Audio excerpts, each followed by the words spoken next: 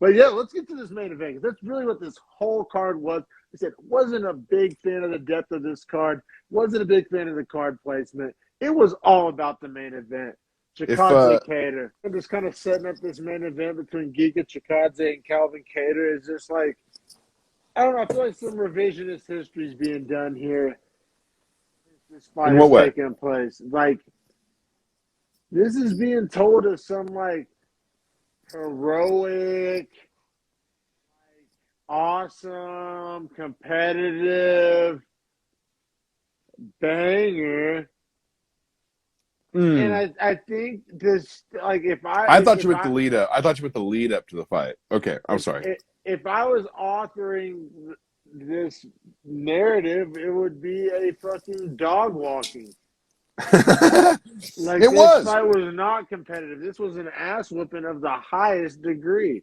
Okay, but here's what I thought was so like, what is it? Serendipitous about the occasion was that it follows him being the first card of the year last year, Calvin Kattar headlining it, and literally getting his ass whooped so bad that me and you, once again, I've talked ad nauseum about how that fight should have been stopped by either his corner or the ref. Yeah, Wasn't Max Holloway's fault.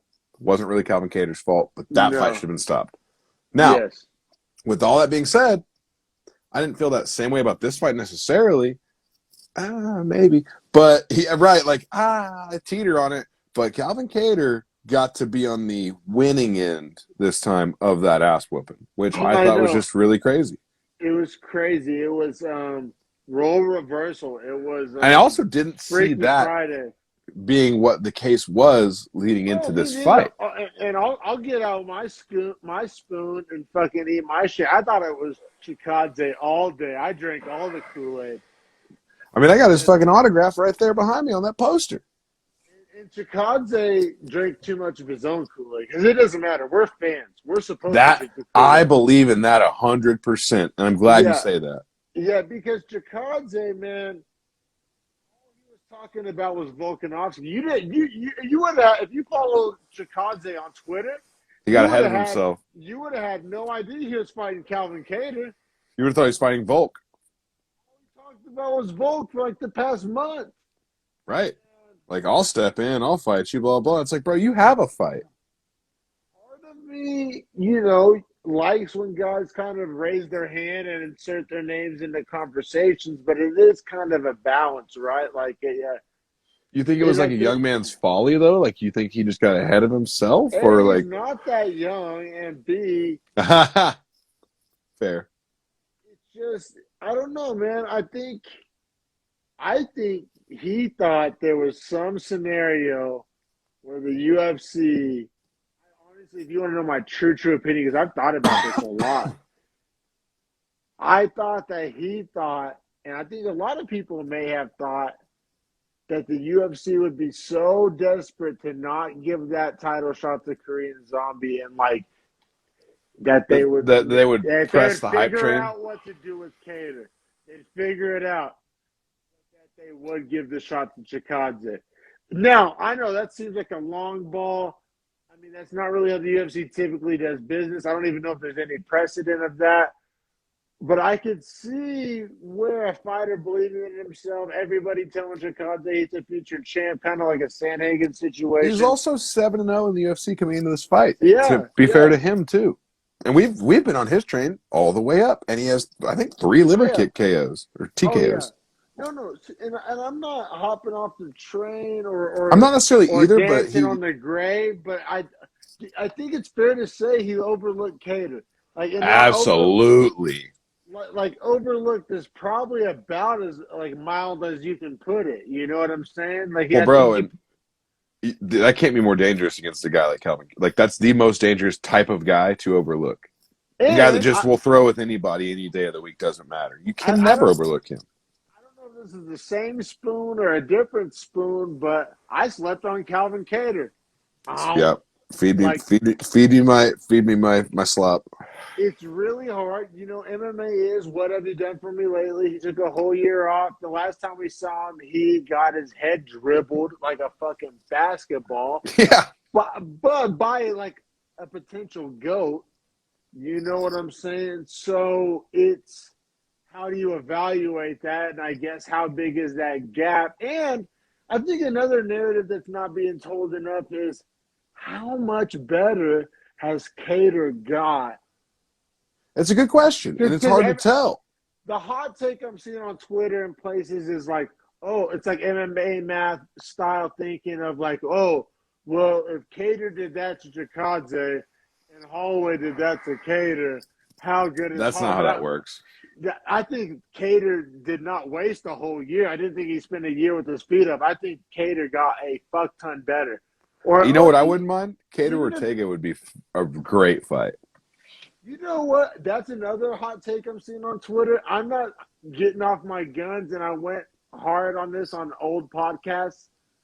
I'm still on the Yair Ortega wagon. That's the I'm okay fight with I that. want.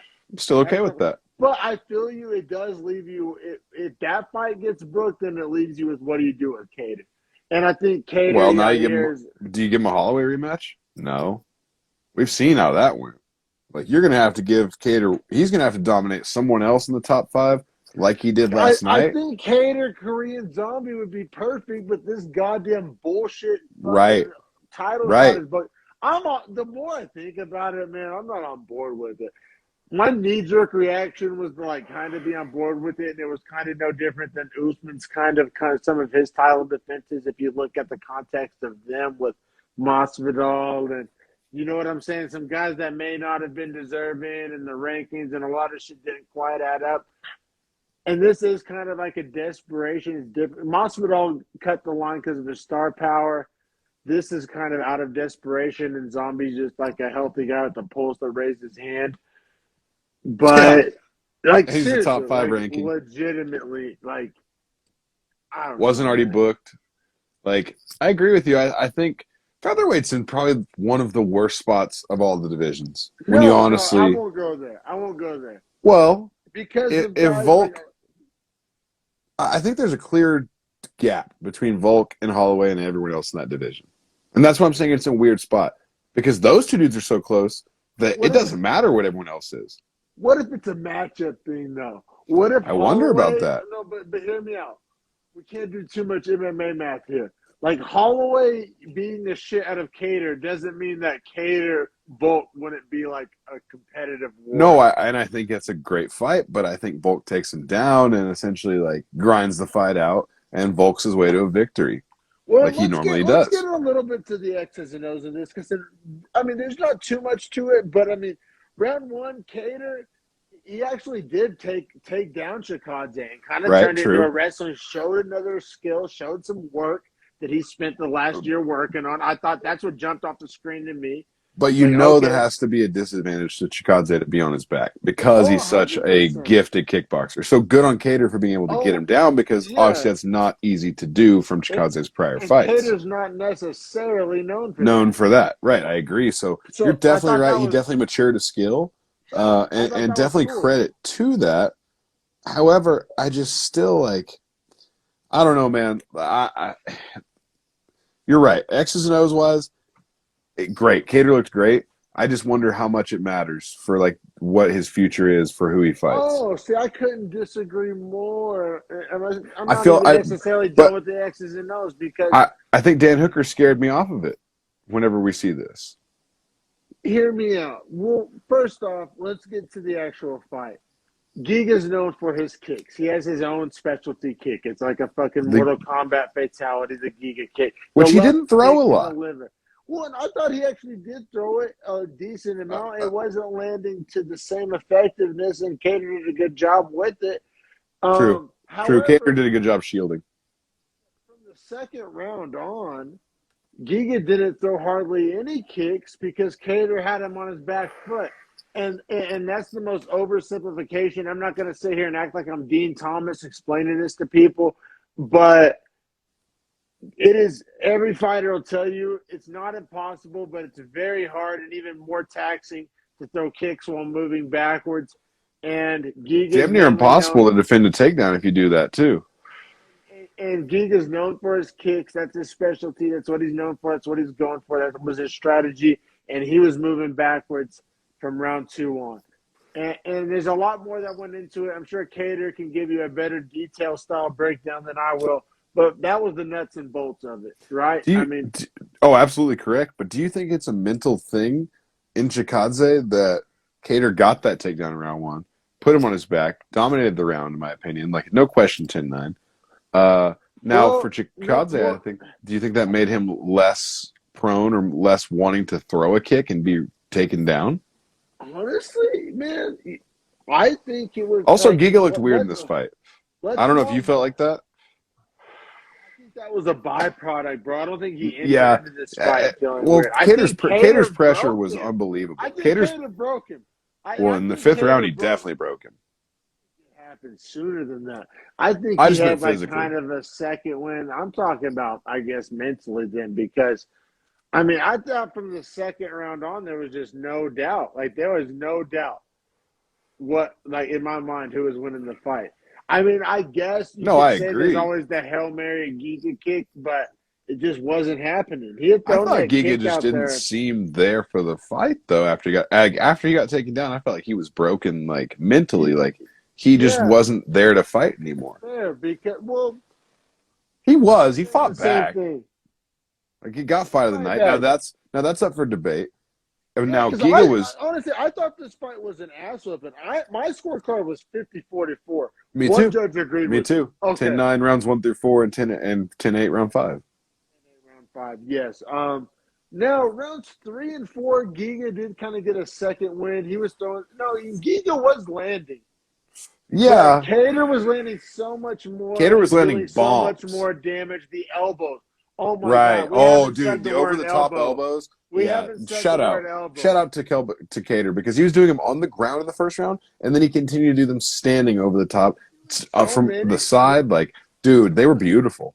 I was wondering if his hand was broken because he was throwing like that. Like his elbow was like his primary. It wasn't the secondary weapon.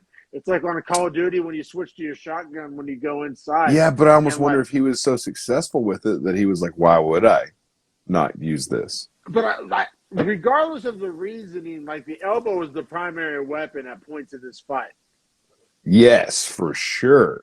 But For that's also sure. not to shortchange the boxing because Kattar was pumping the His jab and the his classic middle Kattar his boxing. I mean, he was down the middle, man. That's what controlled the range and pace. Like he literally set the range with the jab and then controlled it with like such an aggressive tempo and being down the middle, like straight down the middle, that Chikadze had to be off the center line so much he couldn't throw a kick that was centered. Man, and so it almost so I think it's fair to say now obviously this is a broad strokes statement and I did not see this coming at all. But essentially Kattar's boxing and elbows, I guess you want to call it Thai boxing, Sure. beat Giga's kickboxing. I mean, pretty Absolutely. much, right? Outside of the first round. The first round obviously had wrestling. I think the pressure difference was so big, man. Like for Kattar to be down the pipe, 1-2s, on Giga's like face essentially the whole fight, bobbing his head. I mean, he didn't have too much head movement, Kattar, but like the problem with it for Giga was that he could land 1 or 2 shots, man, and like normally those kind of shots would like check most guys and they would kind of reset. Kattar will eat 1 and 2 to throw 4, 5, 6, and 7, and doesn't give a shit Well, about it. and Kattar really is unbreakable. Yeah. Like Giga's If strategy Holloway is couldn't break him, then that no one can. After seeing what happened, you know what I mean. If Kattar wasn't there to quit after getting 445 significant strikes landed on him in 25 minutes, no one's ever going to get that guy to quit. well, man, and like I don't know. I think Coach Nation, our old football coach, used to say this: "It ain't no fun when the rabbit got the gun," and like Great that's saying. that's what I felt like when I was watching this because it was like deja vu, but in reverse. Like Kattar Right. was Holloway and So I'm saying Giga was Kattar. it was so serendipitous to It see this really in one was. year, and to be the first event of the year once Yeah, again. that's a real thing. Like I was thinking the same thing, man. But yeah, man. I mean, Calvin Kattar plus 185 underdog too. We didn't mention that. At 5v8, so he was the higher ranking, but he was the Vegas underdog. Giga Chikadze minus 225 favorite. Like I said, I was all on Giga. I will not try to act like hindsight No, 2020 genius, yeah. man. I was all on Giga. I thought sometimes what like what happened with Max Holloway and Calvin Kattar, sometimes that changes a man. You know what I Yeah. mean? And sometimes that sends his career this way. And maybe I drank a little Kool-Aid thinking that was the case with Calvin Kattar. Maybe I'd written him off. Not the case. And that's why you were saying earlier, like, oh, what does this even do for Calvin Kattar because of where he's at in his career? I couldn't see it any differently. Like, how is Calvin Kattar any differently than Brian Ortega? Well, that's why I like them to fight. I like to see like that's almost like a skill check. Like if Cater can like dominate Ortega or even like beat him outright, like okay, then I think he can have that fight with Holloway or You're right. Volk. It just seems you're right. It's a three-man fucking three-man weave. Because then who does Yair fight? I guess Yair could fight anybody. I mean, And I think Emmett or Yair is one of really these solid guys. too, man. Like I think Yair Cater is a great fight. Because they're all in the category, right? Because Right, it's Vulcan Max, one and right. one A, but then it's And not then the next everybody five. else. Well, not Well, not it's even. No, there's like a Cater, two and then a it's three. Cater, Yair. Who am I leaving out there? Other featherweights. Ortega. Ortega, yes, obviously, but right, and then there's Right. like And then another little drop to the Egays and the Emmets and the Gigas, and if you ask me honestly, like the Chan Sung Jungs of the world, even I'd put Zombie back there. me too, man. Which is why I'm not feeling this title fight at all. I guess you got to I think save we the agree date. on that. I think we Like agree on save that. the date. They're trying like the show must go on. Like that's priority number one. Like this is the date, not the name. Like Right. I think that's what's going on here. Like Chan Sung Jung, he can make weight. He's not like he can defend himself. He long He's UFC history. Like we'll put on like at least a good fight. Like has a striker's chance because he throws hard strikes. and has a chin from all hell, hence his name True. Zombie. So Yeah, I like Volk by submission. I'd I do like to get too. some early I like odds third. on that. I like I bet third we could round get a too. pretty good number on some submission odds for Volk. Yeah, I think second or third round too. I don't think it's a Because I five don't round know if fight. he'll knock him out. Because if he couldn't knock out Ortega, But I could see him which stunning Ortega him, has a hell jumping of to a his chin, back and that's finishing him. no.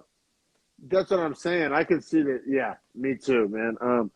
But yeah, man. I mean, also, I mean, I'm not trying to kick Chikadze while he's down. I did think he overlooked Cater, but I also don't want that to be the narrative because that takes away from Cater. Like, I want the narrative to be dauber up on Cater because that's how I'm feeling right now. Yeah, no, I definitely agree with that. I'm not super down on Chikadze for being number 9 and fighting 5 and having this huge hype train of fighting guys that were almost always previously ranked below him or like guys that we thought he skillfully was better than.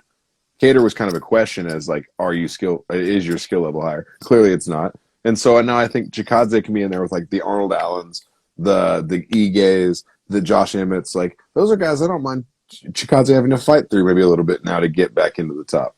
Yeah, I think Emmett Chikadze would be a fun one. Like somebody's like Yeah, that's not going the distance. You know what I'm right. saying? Yeah, no, I feel you. And it kind of sucks that Giga's like considered on that B tier now. You know, but it is what it is. Like It this was is what his it shot is. to crack it. Like that's what was on the line here. Like that. And Like this he did does. have consequences. And he's not a 5-tool skill set kind of a guy. And like almost all the champions are all 5-tool guys for like a baseball reference. Like they can do every single thing. Especially in featherweight when you look at Yeah, the lower Ortega, weights, when you look at absolutely. Volkanovski. I guess Even Yair, 55. yeah, Oh, yeah. I was just So, saying other weights. oh, I feel you. I was talking about even his own weight class, but Well, yeah. But like I the did. champions specifically, like if you're going to be in the top 2, usually you're a 5-tool kind of a guy. Like you can do everything. I also thought Cater. Speaking of tools, I thought Cater showed some well-roundedness, which he's gonna need. Even if it's Yeah, not right. against Max, if it is against Volk or it is against Ortega, It's or if it important is with against all that, 3 of those guys. All 3 you of those know. guys can grapple their ass And I off. thought he leveled up a little bit. Like, you know what I'm saying? Like his Madden ranking fucking leveled up in the grappling fucking rank. I think we've talked about it before at 45, as far as like 45 is a division where you have to have crazy hands to be in that division, right? But what I don't think we've referenced is once you have the elite grappling and the crazy good hands, that's what is this differentiation, right? As we just pretty much noted and found out is, I mean, the three guys with Ortega kind of being like in that flux. Like I think Ortega on his best days is up there with Max and Volk. I think he's close. Now, it's hard to say, but because his striking isn't quite there, right? So he gets kind of beat up, but his grappling is so good. But Yes. Max and Volk could out-grapple everyone else below them, I think, for the most part. It does get really and their striking is so good to go with that, if that makes sense. So, like, until yeah. we see one of these featherweight guys really present like a multi-purpose package of tools, like You're Kattar kind of right. did that last night a little bit Kattar with the looks more takedown. And that's what I'm saying is, like, if he keeps developing tools like you were saying, that's a super big component. We're definitely not describing Giga Chikadze. Even if he won, we're not describing him like that. Exactly. And Giga has no sort of grappling. He has And one I think path that to victory, and it's a right. liver kick. And it's kind of the same as Emmett. Like, as much of a Yeah. good grappler as Emmett could be, he chooses to stand and bang and just throw crazy strikes and stuff. So, like, it kind of limits him in his mental approach, whereas Chikadze just, I don't know if he has the physical approach.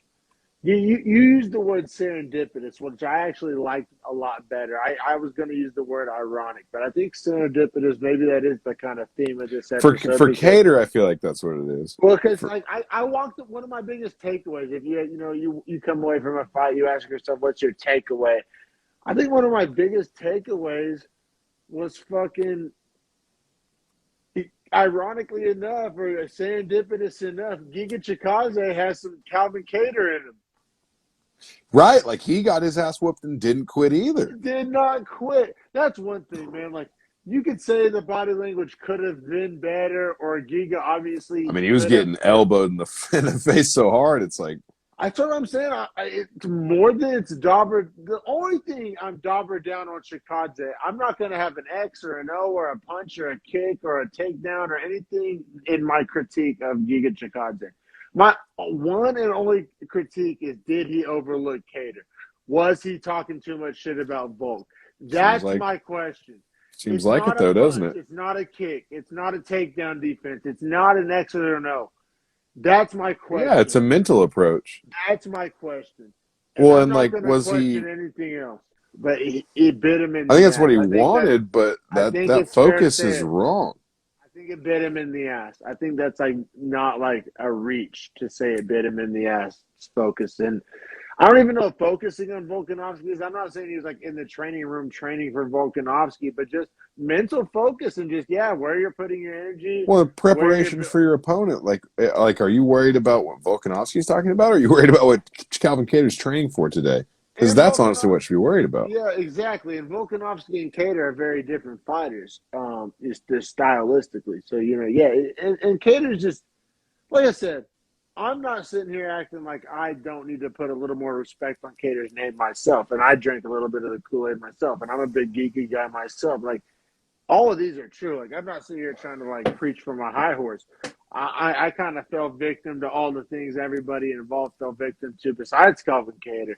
But Calvin Kattar, just like, that's what's cool about this sport, man. You can kind of take the narrative by the balls and kind of, drive a fork in the road and take the narrative in another direction. And that's why I'm not trying to shortchange Kattar of that.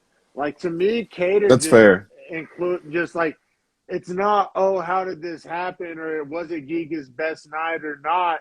To me, it's more of, oh, Kattar is like an Ortega level guy where you can like bounce back from a loss and still be top 3, in the world on any given night. You know what I'm saying? That's more of my takeaway. My takeaway was being impressed with Kattar and not so much being so down on Chikadze. I agree with that entirely.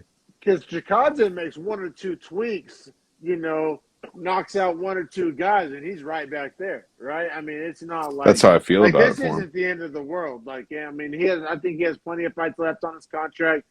He's not, that young, but he's not so old that it's like, oh, it's now or never. No, I think Chikadze is just fine. I did think this did a lot for Kattar, because if Kattar was just the cannon fodder that was the kind of Vegas money line and the narrative.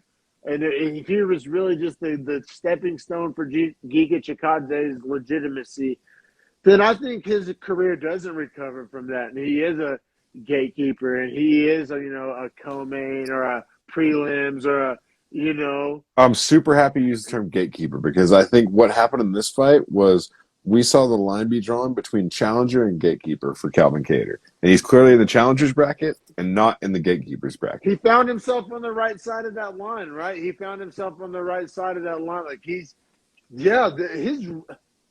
his career wasn't on the line, but his relevancy and his legitimacy was on the line. It really was, because if he gets beat by Kattar, if he gets beat by Chikadze, all the hype in the world, the 8th ranked guy. So what does that make you? Are you fighting for a top 10 spot now? Are you fighting contender series guys? Are you fighting top? And I think in the public eye as well, like how just perception of it works is there's 5 different things you could be, right? The way I break it down whenever I look at it, marketing wise, right? Is there's champion, challenger, gatekeeper, up and comer, and unknown. Unknown being like a debut guy that you don't know.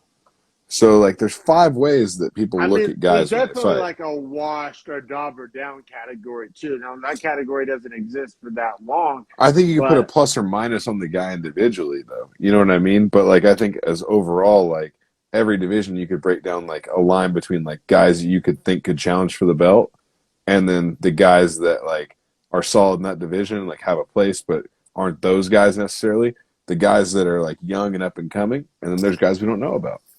And at the end of the day, right, if we're discussing fallout and what this card meant and what the featherweight division moving forward, honestly, it sucks because it's just one of those the MMA gods weren't in our favor. The Holloway injury just kind of holds this whole thing up, right? And puts everything in flux. Now, if Korean Zombie beats Volkanovski, which we just saw Juliana Pena beat Amanda Nunes, so never say never. Fair point. The division's on and cracking. It's interesting. It's super interesting, man. We'll see. Volkanovski does business as usual. Then we're back to, does he wait for Max? Who does Yair fight next? Who does Kattar fight next? Which of the challengers has to battle amongst themselves, and which one gets the shot? Ortega, it's and none of those guys are active either. Seriously, none of these guys. If they're all fighting once a year, we may be talking about this in 2023. I'm just saying. Featherweight's got a lot that it's got to fizzle down, and knock out and figure out. Yeah. Murky. For sure, man. But this was a fun episode, brother, man. I really missed it. I missed the UFC. I missed talking to you. Missed the podcast. So we've got a lot of subscribers lately. Our video numbers have been doing better. I appreciate everybody out there checking out the YouTube channel. It's Beefy Boys Breakdown. Go ahead, if you haven't already, give us a subscription, like some videos, share some videos. It really helps us out. This was a fun one, man. Episode 73 of the Beefy Boys Breakdown. That's right. We haven't missed a card in fucking 73 cards. All right, everybody. I appreciate it, man. I appreciate you. I appreciate everybody watching episode 73 of the Beefy Boys Breakdown.